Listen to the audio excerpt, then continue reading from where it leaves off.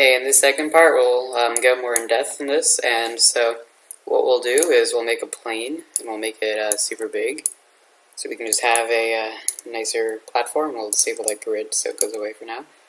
And what we'll do is we'll have our cube with our 50 frames, and why don't we make this bigger, actually. And I'll show how to animate the camera here. So basically, this is your perspective camera, which is what you're looking at right now. That's your top, which is like you press spacebar. You can animate those if you'd like. And why don't we also change the color of this? You can do this by right-clicking on it, assign new material. We'll give it a blend, and we'll change the color to, how about green?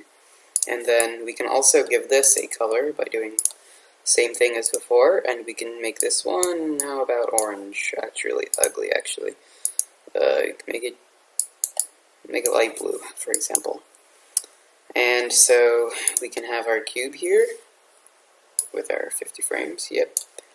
And we can have our, we'll animate the perspective camera in a bit because it gets kind of annoying when you should usually do that last. So we can do that, yep. And so some more in-depth things are, this is looping. So basically it'll loop, as you can see. This right here is the time slider, so we can change like real time, which is like cinematic, basically like what you see in the theaters. Twice, which will be twice as fast. So for example, it is now a lot faster, as you can see. Or we could make it super low.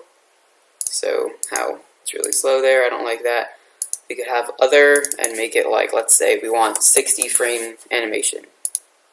Boom, super fast and smooth. So we'll keep it on that, and you can have the looping for like once, so it'll only loop once, but I think continuous is pretty nice. And so that's basically that for there. What else we could do here? We can so let's just use this perspective camera here.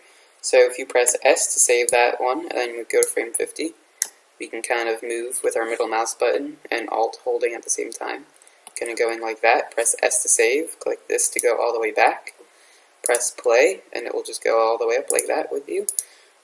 This goes to the next frame, so as you can see, that goes to frame 2 right here. This right here goes to the next keyframe, so like that and like that. And we know, actually, let's do something else for this. So on frame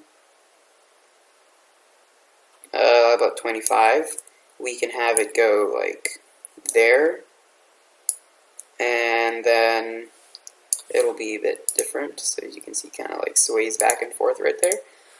And a way we can export this animation is we can go from here to our rendering presets here, and render, and we can go to the render settings actually right here.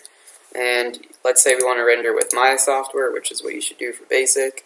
To animate, we want to make the image format a .avi file, for example, and we can have this, I'll make it really fast, so we could have, I don't know, 15, yeah, 15, sure. By frame, it'll do like that, render purple camera, which perspective, so it'll animate this perspective, and which is this, what we animated right here with our keyframes. And what else?